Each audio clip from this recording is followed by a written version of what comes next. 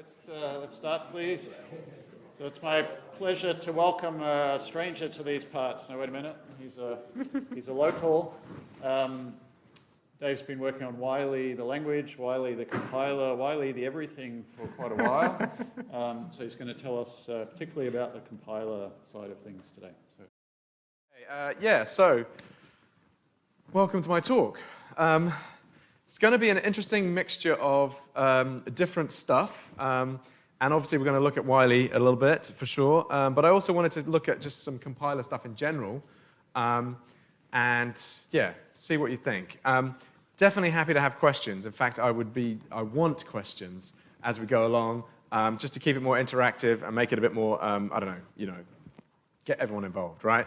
And in particular, if you see stuff that you think is wrong or you think that doesn't work, I want to know about it, because some of this stuff is stuff that is, shall we say, in progress.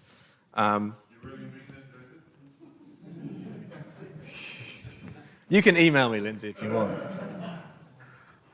Okay, so I don't know. I sort of started off I was thinking quite,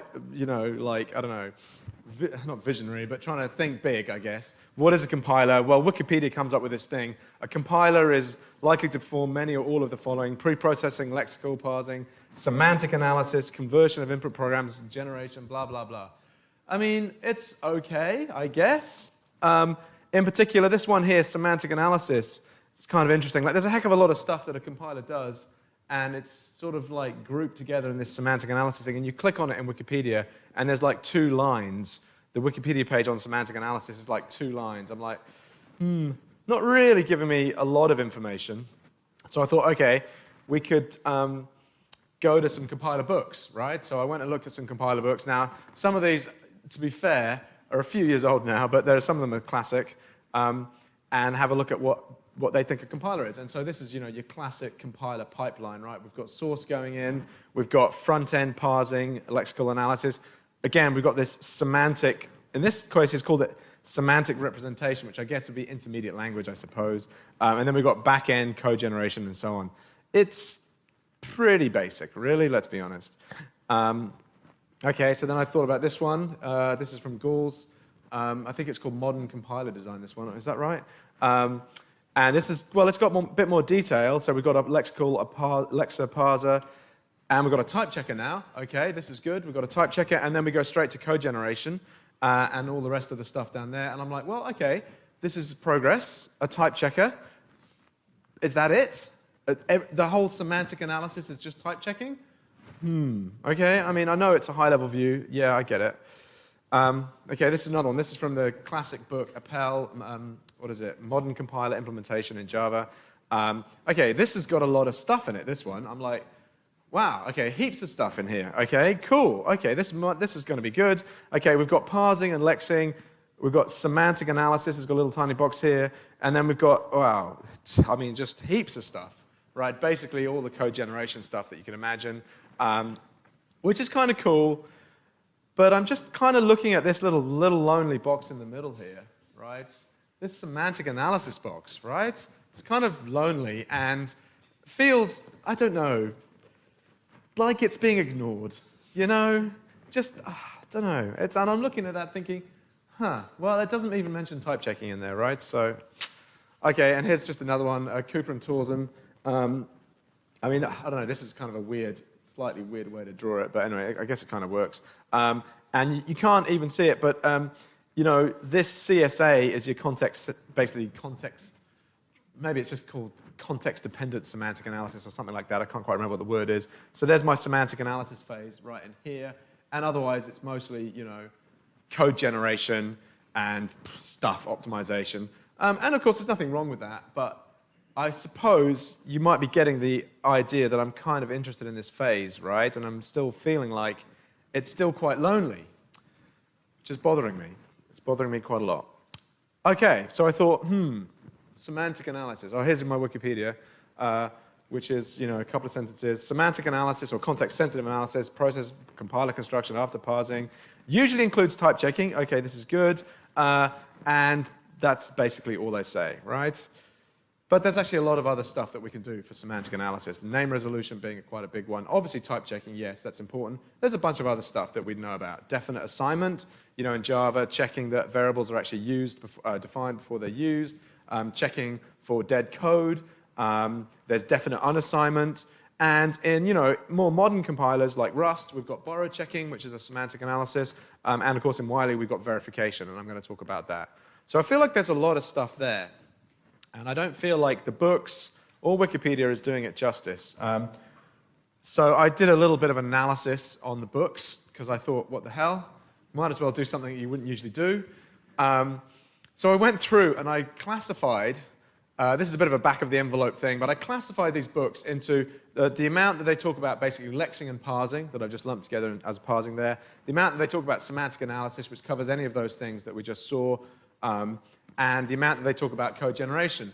And so you kind of start to find out a few interesting things.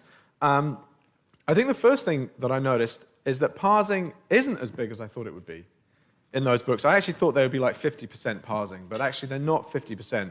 But a lot of them are getting up towards 40 to 50% on code generation. Yeah,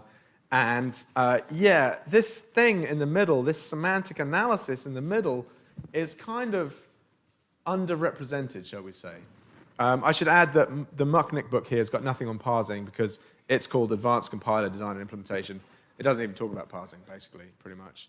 It's just back-end stuff. So say that again.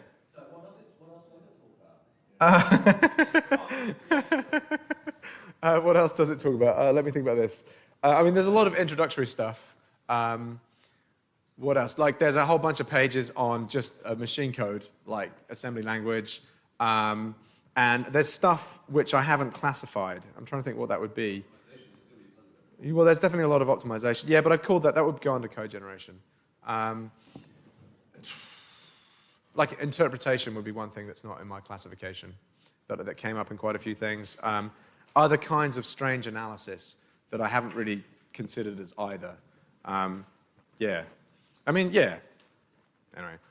But yeah, my point here is really that, this is a back-of-the-envelope calculation, but really semantic analysis is not discussed. In some of these books, you get like one page on type checking where it says a little tiny thing, and that's about it. And I guess I feel like if we're going to talk about modern compilers, that there's something missing there, at least for me. Okay, so that's the books. So I thought, okay, all right, well, let's go and have a look at courses, those books are a little bit out of date, as you probably noticed. The latest one I've got there is 2006, so that is 12 years old. Those are just the books I had on my bookshelf, of course. So I went and looked at a bunch of compiler courses, okay, because I thought, what the hell? And these are courses from Stanford, and I think there's one from Harvard, and so on and so forth. And I had a look at what they covered, which was an interesting little thing to do. And the main thing you notice is, obviously, code generation is what people spend a lot of time on. Optimizations, in particular, and things like layout of memory, and so on and so forth. Parsing, people also do spend quite a lot of time on. In particular, we can see like 40-odd% here. So parsing definitely gets well represented. But again, semantic analysis, not so well represented. Of course, there's that course down the bottom, which is, and well, funnily enough, well, that's the compiler course that I run with Lindsay, Swen 430. Now, I'm not trying to plug the compilers course as being, oh, it's the best compilers course ever. I'm not really trying to say that.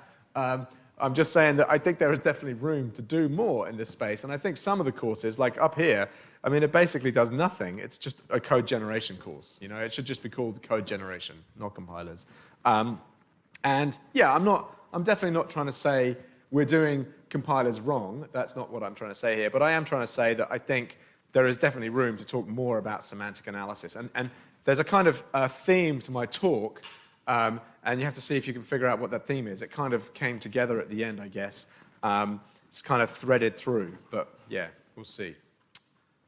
All right. Okay. All right, so that's courses on compilers.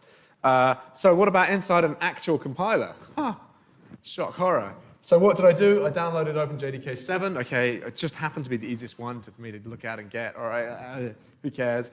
And I did a little bit of pretty simple analysis on some of the main packages there. So we've got the parser package, which is pretty obvious what it is. That's all the parsing stuff, right?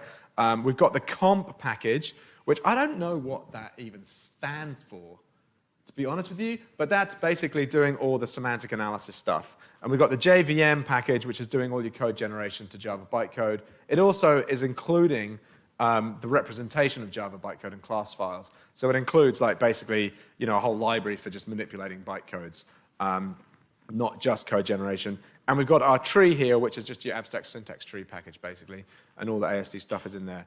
And so I just, did a WC-L to check out the lines of code. I include documentation because documentation, I think, is important.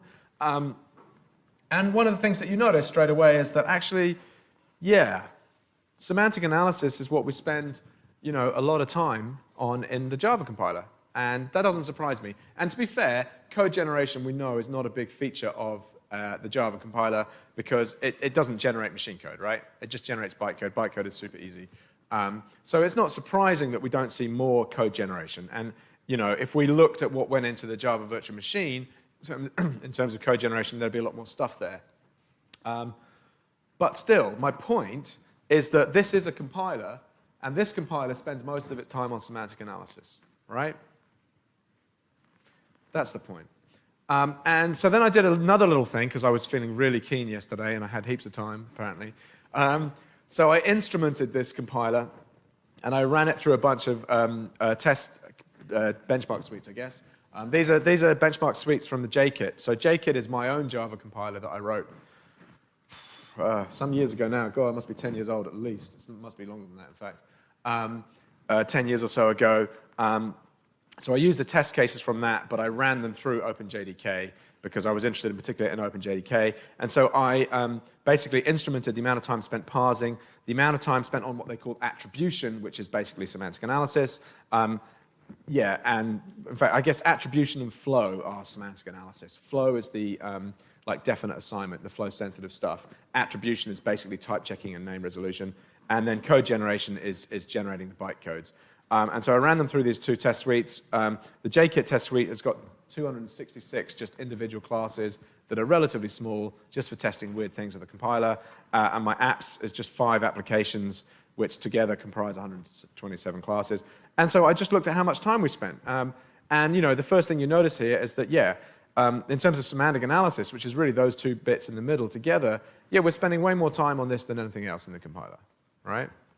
That doesn't surprise me at all. Having implemented a Java compiler and having implemented, the Whiley compiler since then, this is where, as far as I'm concerned, all the complexity is right in here, for sure. Parsing is, to be honest, not that big a deal. And code generation for Java is not a big deal either, right? Yeah, go on.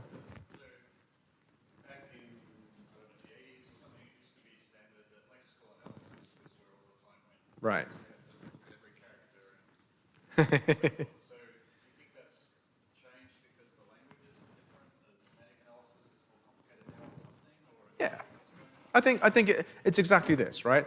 That, we're going to see a little bit of it. I haven't talked too much about C, actually, in this talk. I sort of wanted to, but I just didn't manage to squeeze it in. But, C is kind of the old-style single compilation model, right? C doesn't do lots of semantic analysis. The reason why, traditional compiler courses don't talk much about it is because there just wasn't much there, right?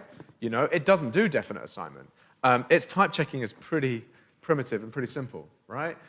It doesn't really, name resolution is all very trivial in C because it's all in the same file, right? So it doesn't do much there.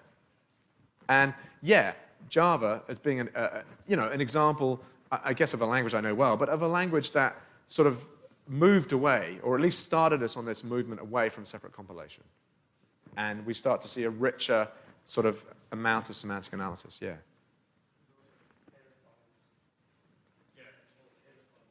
Yeah, you have to pre-process, and you have to repeat that every time, for each compilation unit. Yeah. there are papers devote themselves to making lexical analysis fast because that's where all the time went. Yeah. Anyway, but it's just interesting to look at it. You don't often get a chance to actually dig into some of these things, I guess. Yeah. It also be that, since it was a big problem and we dedicated a lot of resources to it, now we are very good at doing fast parsing, and so the other parts are now slower because we don't know how to manage. But I think the parser here is just a standard hand-rolled recursive descent parser. It's not. Eclipse uses a generated parser, but Javac doesn't. So I don't think it's even that complicated, Yeah. Okay, anyway. Okay, so that's one thing. So then we're going to start to look just a little bit more about compilation pipeline. So this is a kind of Java compilation pipeline, roughly speaking. Pretty straightforward. Parsing at one end, we've got name resolution, type checking and stuff, and then code generation at the end. And of course, the first question we've got to ask ourselves is, well, what goes through the pipeline? Right? What do we actually put through the pipeline? And it seems like a pretty obvious question. You're like, well, we put source code through the pipeline, right? Well, yes. I mean, do we put a single source file through the pipeline? And if we're in C, the answer would be yes, that's exactly what we do. But this is not C. This is Java, right? Do we put a single source file? Well, no, we don't. Not in Java. Even though in some ways Java is designed with that single compilation sort of mentality, the reality is we have to put, or at least in the general case, we have to put multiple files at the same time through the pipeline, right? They can recursively depend on each other, and we need to compile them together, right? And so we have these things, and I don't know what you want to call them, but I just came up with the word compilation groups, which are groups of files that have to go together through the pipeline, otherwise it's not going to work, right? It's not rocket science, but it is sort of telling us something that is hidden when we look at all of those compiler books, that we're not just compiling single files here, we're compiling these groups, and if we thought about compilation in that way, it would actually help us do a lot more in the pipeline. Because, there's no clear definition of groups. In Eclipse, you have a very clear definition of what the source files are in your project, and it will compile all the source files together in your project. And so Eclipse actually has quite a nice notion of what these compilation groups are. But the Javac doesn't. And you can literally compile one file on its own, and it will just go off and find other files that it needs and compiles them as it needs to, and basically construct the minimum compilation group that it needs. Okay, it's just a bit weird, though, for me. All right, so I'll just give you an example of why I think this model, the Java model is still slightly broken. So static initializers turn out to be, for me, an interesting case in point. I don't know why, but yeah. So I took this from JSR 302. A properly formed, safety-critical Java program should not have cyclic dependencies within class initialization code, right? That's because cycles in initializers do not make sense, right? How could they make sense? So this is my parent. It's got a field 0, which is dependent on child, which has got a field 1 that's dependent on parent 0. So the question is, well, what do we get here? What is the number that's calculated? Anyone care to enlighten me? I mean, I ran it, so I know the answer. Go on. Correct. It depends on the order in which these things are loaded into the JVM, right? So literally, I put a main method in each one, and if you run the main method in parent, you get one answer. You run the main method in child, you get another answer, right? This does not make sense. Come on. This doesn't make sense. But why do they do that? Well, I guess the reason they did that is they didn't want to do what is essentially an interprocedural analysis to check initializers, that there are no cycles in the initializers. But if you go back to the pipeline, you've got all the ability to do that analysis right there. The compilation groups are already there. They're already doing some forms of this analysis. They could have easily done that, yeah.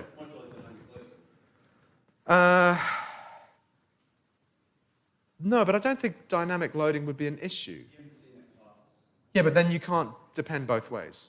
So it's okay in that context. Acyclic dependencies is fine. Yeah.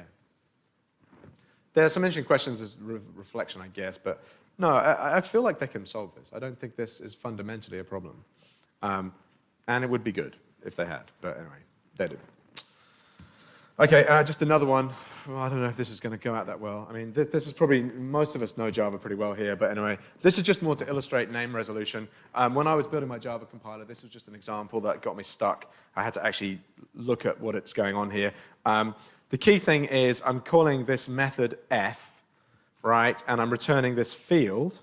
And the question is, am I returning the field 123, which is in the enclosing class, because this is a non-static inner class, or am I going up the inheritance hierarchy, because C extends A, and am I taking this field from here and returning 0, right? So I've got two choices. Anyone know the answer? Yeah, of course we return 0. Of course. Wow, really? Of course. Javac wrote a paper showing how terrible it is. Well, you're quite right, Marco. 0 it is. Because if you start in 2001 and public class A did not have that field, then you will return 1 to 3. Yes. Then someone update A out of your control, and bam, your code changed. Yeah. Meaning, in a way that is really hard to guess. It's like it's a binary compatibility issue, really. That's yeah. Okay, so my goal here is just to illustrate that actually the rules for name resolution are not trivial, and hence the code for determining name resolution is not trivial at all. And when we compare that with C, well, C is much more straightforward, right? So we're definitely seeing a kind of evolution, and Java to me represents quite a big evolution over C in this kind of regard. Yeah. Okay, and so then another one I wanted to just illustrate is Rust, and actually we can go and look in the Rust playground, right? How does that look? Yeah, that looks right. Let's just put this in. So I'm guessing, who's familiar with Rust? Hands up, people who are familiar with Rust. Okay, some people, all right. I wouldn't want to say I know everything there is to know about Rust, because that would definitely be wrong. But Rust is interesting, and there's definitely one thing I really find interesting about Rust, and that's this borrow checking, as I'm sure we're kind of all aware. So this is my little program. I'm defining a mutable variable x, which means I can assign it, and then I'm defining another variable y, which is borrowing x. And in Rust, when you borrow something, that thing must then be immutable for the lifetime of the borrow. Okay? And then I'm updating x, and then returning this, and I've got star y here, which means I'm just getting the value at y, right? And so this is giving me an error. It's saying cannot assign to x because it's borrowed, right? Okay, that's cool, because the lifetime of the borrow is basically this whole thing, and if it, what's the right word? If it's got to remain immutable, then we can't assign to x in that space, right? And that's totally fine. And we can kind of fix this in a bunch of different ways. I mean, fix is a funny word, but if we go like this, for example, then that's going to be totally fine. That compiles now, because the lifetime of the borrow is just here, right? It just dies straight away, right? But sort of what we're seeing is that actually, this borrow checking thing is not like type checking. It's flow sensitive. It actually has to know about the lifetimes of borrows across program points. It's something that is actually fundamentally more complicated than standard type checking. At least, the usual kind of type checking that you do in Java. And so that's kind of interesting. To me, it just represents a movement towards richer kinds of semantic analysis. And there's a bunch of stuff you can do, so I'll just show you another example, because it's quite sophisticated. Can we make it bigger, maybe? In this one, I've got a struct point, which has got two fields, x and y, and I'm borrowing one of the fields, right? Not the whole thing, but just one of the fields, right? And so at this point, and then I'm using the other field. Hang on, what am I doing here? No, that's set up. Yeah, I think that's what I want. I'm using x, and I'm using the borrowed field. And at that point, it should be fine, if I remember this correctly. Yeah. So it's telling me it won't be able to run it because I don't do anything with it, but that's fine. So it's actually reasoning about borrowing at a field level, not just at a variable level, which is quite nice. It's quite sophisticated kinds of, what's the right word, flow-sensitive analysis. And if I try to use p.y, then it will complain because you can't return something that's been borrowed twice. Is that the right word? No, because it's been mutably borrowed. That's right, yeah. So I can't do this. So it's thinking about it in a kind of quite a fine-grained level. Anyway, all right. Let's not worry too much. But just again, what I think is interesting, it's flow sensitive, more complicated. Okay, cool. All right, so sort of start to go down into some more speculative stuff, I guess. Incremental compilation. So we think about modern compilers, right? So I've talked a lot about semantic analysis and try to motivate that as being important in modern compilers. Incremental compilation is also something that, to my mind, is important in modern compilers, right? What does Wikipedia say? I think Wikipedia is just saying nothing interesting.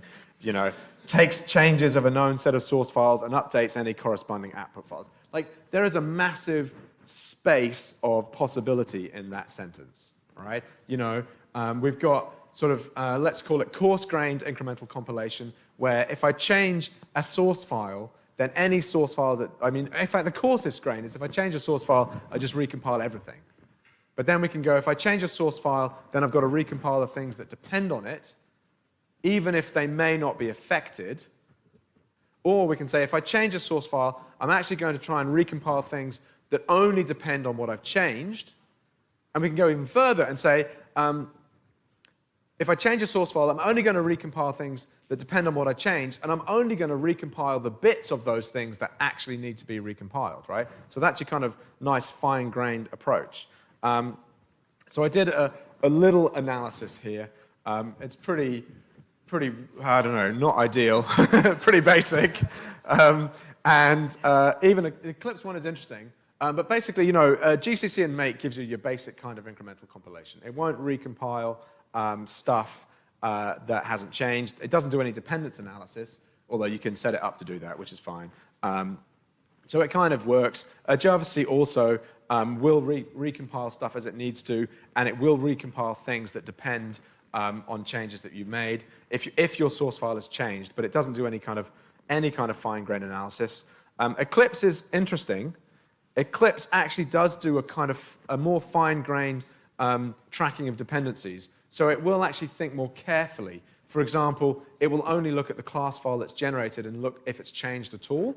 And if that class file hasn't changed, it won't recompile any dependencies. So for example, if you change the source file by adding a comment, it won't need to recompile any dependencies. And I believe, from hunting through the source code, though I'm not completely sure about this, I believe it actually does a more interesting analysis where it will actually consider if you've changed a public declaration, it will think about trying to recompile dependencies in those situations. But if you haven't and you're only changing the stuff inside, then it won't. Unfortunately, the Eclipse compiler source code is really horrific, dare I say it. I mean, Javac wasn't that great, but Eclipse is a nightmare. So it's a little bit hard to be sure. And the other one that I pick out is Rust. Rust has got this beta incremental compiler, which I was, again, looking through the documentation. I haven't even tried to look at the source code for that, but it does seem like they are trying to do some fine-grained incremental compilation there. So I think that might be the best one. I don't know does anyone know about the Rust compiler here? No. Okay. If anyone knows anything about any of these incremental compilers, and particularly Eclipse, I'd be interested, actually, because, yeah, it's quite hard to find good information about them. Okay, anyway, blah, blah, blah. So I guess the key thing I'm thinking about here with incremental compilation is, well, what goes through the pipeline, right? And so at the top, we've got, you know, your standard compilation. I've got my 2 Java files. I pass them through the pipeline. I get my 2 class files, right? And then I'm going to make a change. You know, there's my delta. I change some source file, and then I'm going to put this one through. And in principle, I might need to put any dependence through, I guess, if I want to. But the question is, well, what goes through the pipeline? In most of those incremental compilers, they just put the whole source file back through the pipeline, right? Which to me seems a little bit, I don't know, over the top, right? You know, if I'm changing, let's say in this case, I've got my child class before and after, and I'm updating my parent pointer to be called pointer instead of link, then, you know, I need to recompile my child method, but I don't actually need to recompile my getText method. It's not affected, right? So I don't need to do that. And in particular, it's not necessarily about, you know, generating the code for it. It's about the fact that I don't need to do the semantic analysis on that method, right? The semantic analysis is where most of the time is spent in my compiler. Hence, I don't want to do it if I don't need to. But most compilers will just do the whole thing in one go, which is easy, and of course it makes sense.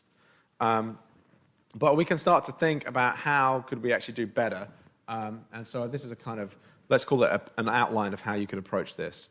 You know, I've got my before and after for my Java source files. This would be also known as a diff, I guess. We put that into our parser, and it's going to give us a before and after for our abstract syntax tree, which again is basically going to be a tree delta, is what it would be, right? And then we can pass this tree delta through each of the phases in our compiler pipeline. And this tree delta, they can do different things with it. They can just say, oh, you know what, I'm just going to redo the whole source file anyway.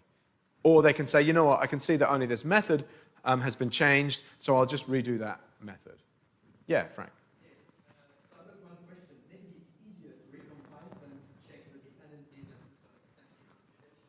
I think in some cases that will be true. I don't think it will be quicker to recompile the whole class, but I think it's definitely the case that it'll be quicker to recompile, say, a method or reanalyze a method rather than, let's say, a few statements in that method. Yeah, in fact, if we look at it here, so this is my kind of visualization of the tree delta, right? So we've got the before and after, and I've just done one little thing. So I've just changed my less than or equals sign to be less than. I fixed the bug in my code, right? And so that's the node that has changed. Now, the first thing we've got to do is we've got to actually, from the changed source files, work out the tree delta. It's actually not that hard. If we just consider the case, like in this example, where we've just changed a single line, it's relatively easy, given the original abstract syntax tree for a file, to traverse down that abstract syntax tree and identify the enclosing node that captures, that it sort of encloses the changes in that source file. And once we start talking about inserting lines and removing lines, it definitely gets more challenging, and I'm glossing over a lot of stuff there. But the key is, once we have this structure, there's actually an awful lot that we can do. So for example, you know, if we think about definite assignment, so let's see on my next slide, definite assignment is what I'm looking at here. So definite assignment is just checking if variables are definitely assigned. It has to maintain at each point in the, or not, it has to compute at each point inside the abstract syntax tree or the control flow graph, the sets of variables that are defined and not defined, right? So with this, the change that I make here actually doesn't affect the answer at all. So there are kind of a whole bunch of different things that we could do. One thing we could do would be to store all of these sets and keep them in memory all the time. And that would be quite expensive, but it would mean that I could literally restart the computation from like the sort of nearest point and carry on from there, which would be kind of cool.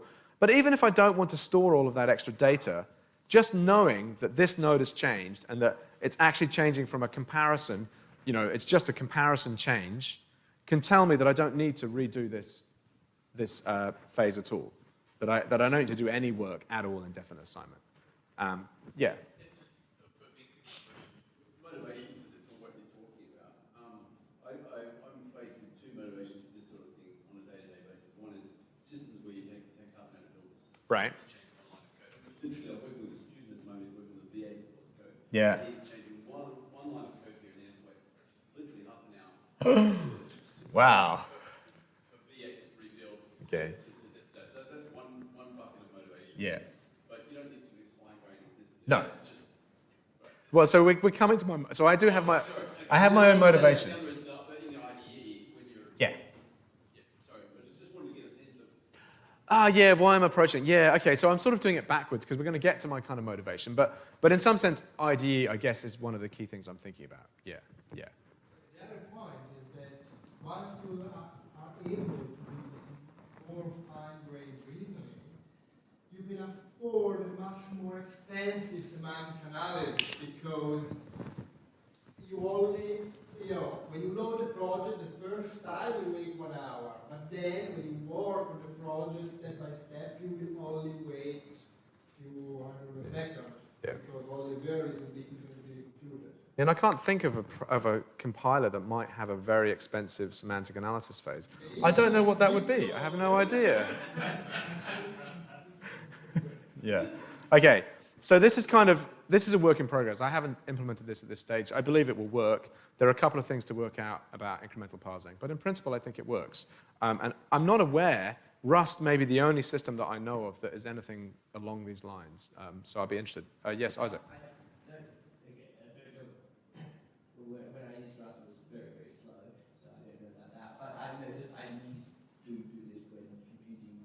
Yeah. Make one minor change in the source code. It doesn't take hours. No, but it starts when you load it initially. it will reanalyze the whole file though. Like, It does? yeah, there's no concept of deltas going through the Eclipse compiler. Amazingly, That was what I was going to ask, is how the IDEs do it. they just recompile them.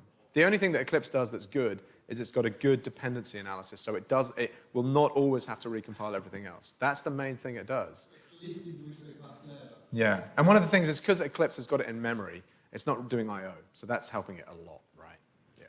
Anyway, okay. Okay, so now that's kind of. Yes, sorry, Lindsay, I didn't see you back there. Brief comment on another place where this sort of incremental I think very valuable is when you do poly artifacts to a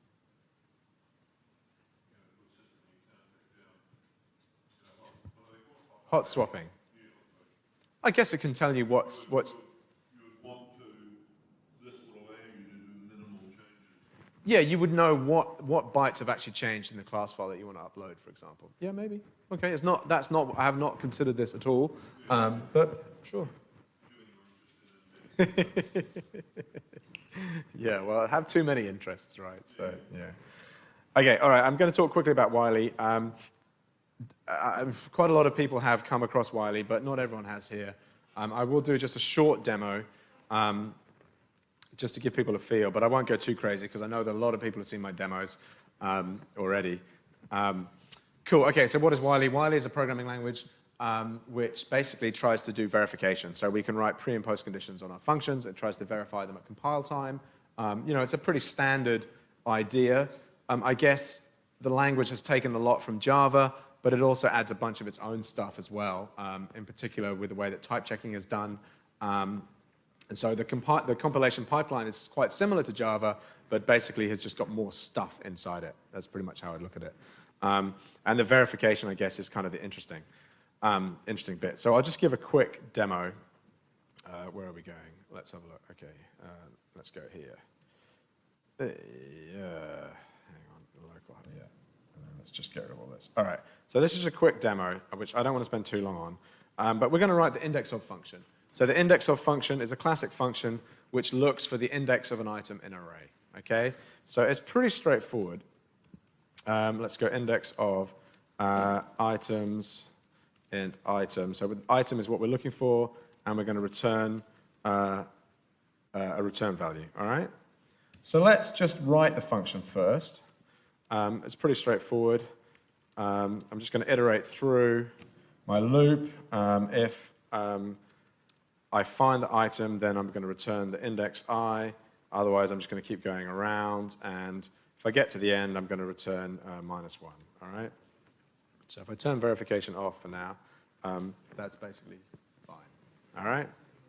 Not very complicated. All right. Okay, so at this point, we can turn verification on, and the compiler is going to start to tell us stuff. So it's going to start to tell me that it thinks the index might be out of bounds here, and that's because it thinks that the I could be negative. So we're doing standard Hoare logic reasoning here, which means inside the body of a loop, it doesn't know anything about variables that are being modified in that loop. So all I'm going to do is I'm actually going to there are a bunch of different ways I could approach this, but I'm just going to define a type which is called uint, which is got a type invariant where x is greater than or equal to 0.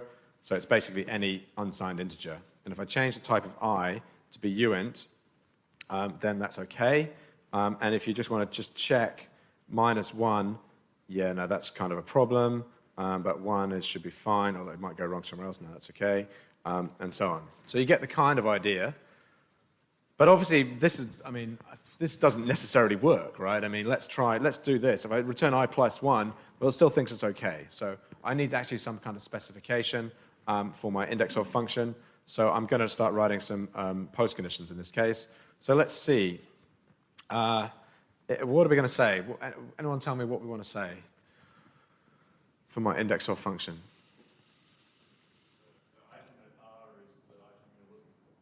So I want to say items are equals item. Is that enough?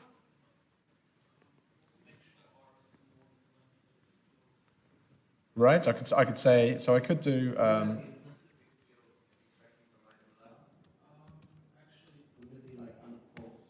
Like this, for example. Yeah. Well, that's an interesting question. Okay, but let's look at this line. What else do I want to say? Go on, Isaac. No, we could do that, but no, I'm not going to do that. No, but that's not enough, right? Because I'm not covering the negative case at the moment. Right, the negative case, this is only true if I don't return -1, right? If I return -1, that cannot be true. So I need to say if r is greater than or equal to 0, then that. Yeah? Well, no, because I need to return -1 for my negative case, right? It's not there. Yeah. No. Okay, so once I put this in, then we can start to see it's telling me my post condition is not satisfied here. But if I get rid of it, then that's okay. And at that point, it's kind of happy. Like I've done it. I don't think I need this. I don't think that's necessary at this point, because it is essentially implied, right? But I do want to say something else. And what's the other thing that I want to say?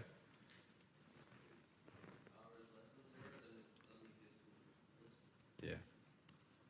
So I'm going to say something like all in k in naught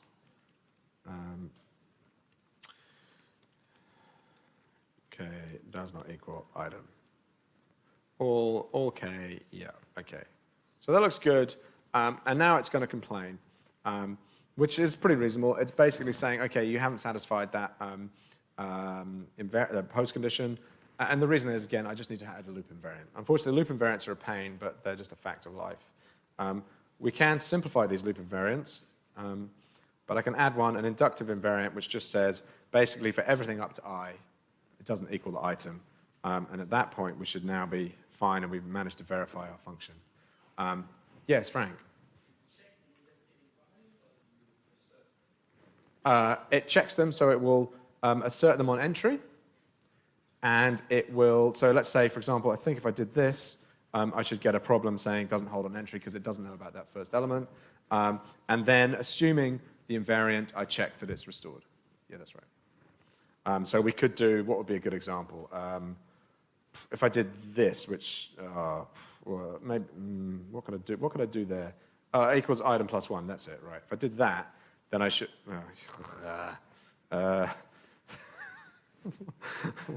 I'm stuck because I don't know how to solve it. But anyway, in fact, just comment it all out. That's what I could do.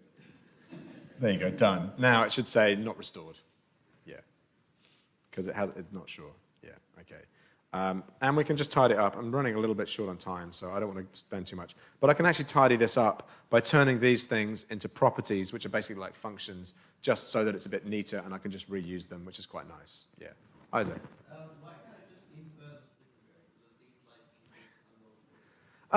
Okay, so I mean, loop invariant inference in general is a hard problem.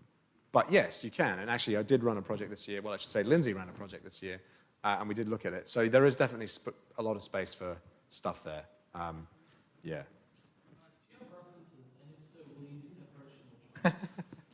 Yes, I do have a notion of reference similar to Rust, and that comes with a notion of lifetime similar to Rust.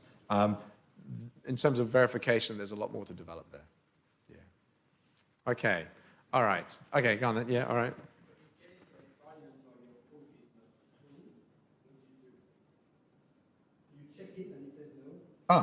Well, we can do some things. Let's think about this for a second. Well, so if like my post condition here is not satisfied, for example. So we can see if this works. I can generate counterexamples. And so it actually comes up with a counterexample here for me where it thinks I've got an items array which has got just one element in it, which means I'll be returning 0, but 0 does not equal item, which is 0, if that makes sense. 1 does not equal 0, basically, in this case. Yeah. Is that sort of what you're getting at? How you go about debugging them? Or? Yeah. Not heaps. The counterexamples, when they work, are the best thing, the only tool available. Yeah. Yeah. All right. Okay. I would love to spend more time talking about that. I would just show quickly. This is a bubble sort implementation, which I can verify quite easily. So we can definitely do more interesting examples than I'd like to, but I don't have time really.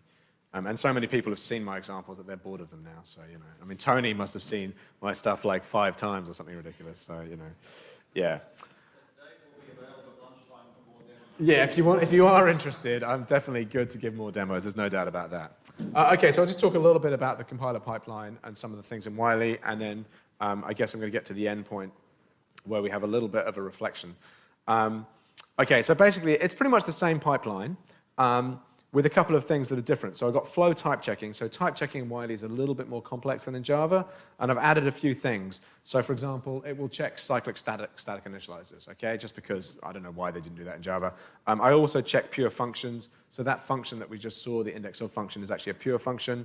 And it will, of course, do verification, which is the sort of really interesting and, you know, quite complicated bit, I guess.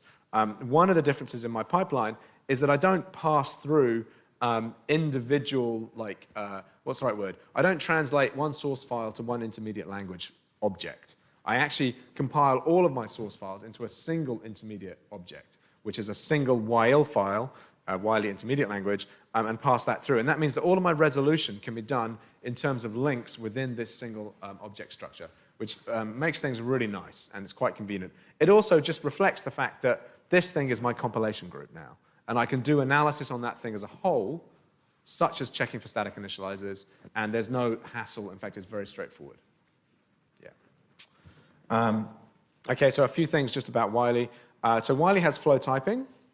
So it's different from Java in that it actually will it will actually treat the type of a variable differently at different points, right? So in this case, I've got a linked list, which is basically either null or a node, a record, and it's recursive. And then I'm basically saying if L is null, if the list is null, I'm going to return 0. Otherwise, I'm going to return length L.next.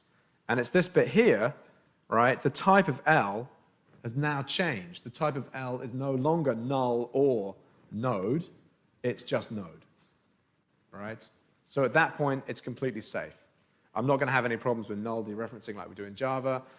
There are no issues there at all. But the issue is that it makes it more complicated, right? So for my example, you know, this is my variable L. I now have to have types stored or computed, I guess, at each program point.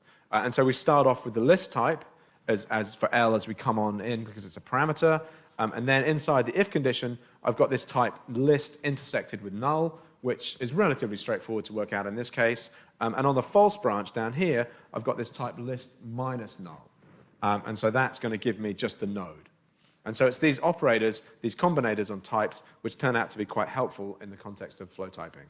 But the key is it does make it more expensive. And so that semantic analysis is getting a little bit more expensive here. And I'll just illustrate this quickly. One area that turns out to be really helpful, so this is a variant on the index of function that we just saw. Instead of returning a -1, I actually return null to indicate that the item is missing. And so that means instead of saying r is greater than or equal to 0, I say if it's an integer, then it must match, right? Which is closer to what you originally said, Tony, actually. And the key is that inside here, inside that expression, it has now retyped r so that it's no longer null or int, it is just int. And in the context of specification, it turns out that's really convenient and very helpful. And likewise, in the r is null case, it does the same, but there's no use in using r because we don't really want null anyway. But anyway, just to illustrate. Another way in which the Whiley type system is more complicated is I do have these structural recursive types, which definitely cause some problems. But they're also really cool as well. So to give you an example, here's my list again that we just saw. And now I've added another one, which I've called a non-empty list, which is just basically the node on its own going into my list. And in my append function down here, I'm taking a list and a non-empty list.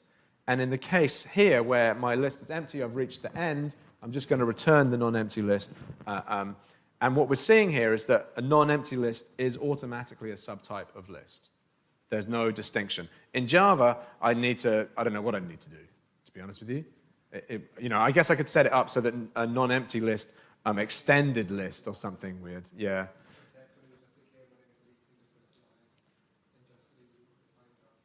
You mean as part of this thing here? Yeah, maybe. There are a bunch of different ways, but in this case, the compiler will reason quite happily that these two things are a subtype. And basically, it just views the types as this type graph, and it does like a co-inductive subtyping check, basically, to make sure that it's happy with everything, and that works. I could talk a lot more about that, but I'm sort of haven't got heaps of time. But it's just illustrating that the type checking is more complicated still, but also more powerful. Okay, how are we doing? Right, I'm almost getting there. Okay, so verification. So how do we do verification? Just quickly, I want to talk about this semantic analysis phase. So for my function, my abs function, basically I'm going to generate verification conditions, and then I'm going to put those verification conditions into the automated theorem prover, and it's going to tell me, is it good or is it not good? And so for this example, we'll generate, actually I've said 2 verification conditions. Yeah, it'll actually generate 4, I guess, is actually true, depending on how you look at it. It'll generate 1 for each post condition times each path through the program. So in fact, it'll generate 2 here, and then it'll generate 2 here, in fact. And we can see that it will look roughly like this. And so it's basically doing a path-sensitive traversal through the control flow graph, generating verification conditions as it goes along, which that process is not very expensive. That process is very similar to the other sort of analysis phases that we see, such as definite assignment checking and so on. But it's the sending the verification conditions to the theorem prover that becomes the expensive bit, right? And we start to think about this because, we go all the way back to that example I illustrated with definite assignment where we were thinking about what we wanted to recompile. And if I don't need to regenerate any verification conditions, then I don't need to re-verify those verification conditions. Or if I've only changed the file a little bit, maybe I only need to re-verify 1 verification condition and not all of them. Okay, yeah. So this is a good quote from Spec Sharp. So this is the assertion language. What are my verification conditions? What do they actually look like? So this is, I heard Rustin Lano say this actually, but it's in this paper on Spec Sharp. The best and most far-reaching single design decision in the implementation of Spec Sharp was to introduce the intermediate language Boogie. I'm sure most of you have heard of Boogie, right? Boogie is a widely used intermediate language. It's almost imperative in nature. And I know that Rustin is a big fan of Boogie and how that helped them design their compiler, their verifying compiler, to make it work. So in Whiley, we have a kind of similar thing, which is this assertion language. And the assertion language basically is the language in which verification conditions are written, and you can actually print them out. So for your file, you can print out the verification conditions, and you can look at them, and you can try and decide if they make sense. And you can modify them and chuck them back into the verifier and see what's going on. And that turns out to be incredibly helpful, both for me as a developer, but also as a user, if you're genuinely stuck as to why your program's not verifying, which is quite neat. And in principle, yes, I've got my automatic theorem prover. We could actually hook up to other ones as well. And I suppose this is kind of getting on for my motivation. So I profiled the Whiley compiler, just as I did the Java compiler at the beginning. And actually, there's some interesting things, which I'm not quite sure what to make of them. But anyway, so I've got parsing, type checking, semantic analysis. I see what the difference is. In fact, I've left off code generation completely. I didn't even look at that. I was just not interested. The semantic analysis is just the definite assignment and a few other bits and bobs. Type checking is the flow-sensitive sort of type checking algorithm. And so I've got a bunch of application programs down here, which are still pretty small. They're not that big. There might be a maximum 100 lines each. There probably wouldn't even be that. And I've got this test suite, which is about 500 plus small Whiley programs that I use for testing my compiler. And so I just summed over all of them, basically. And so there's some pretty clear stuff here. The first thing is parsing is not really a problem. Parsing is straightforward. Even type checking is not that expensive. Based on this data, the ratio type checking to parsing is 2 or 3 to 1. The semantic analysis stuff is not very expensive also. In fact, the ratio between parsing and type checking is actually better for my compiler for some reason than for Java, but I'm sure there's reasons for that. I need more stuff to go in there probably. But we get to the kind of crunch here when we look at verification, right? That is a heck of a lot more expensive, right?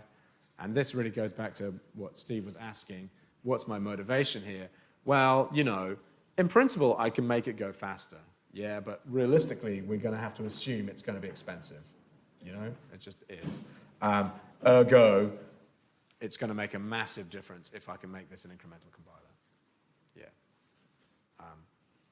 So yeah, anyway, that's kind of given us a look. We haven't managed to get all the way down to the bottom. I had a whole load of stuff looking at the theorem provers and the proofs that are generated, even some data, but unfortunately, I have kind of run out of time on that. Hopefully, it's been an interesting meandering through the world of compilers. Yeah, if you want to talk, please come catch up with me in the break. All right, thank you.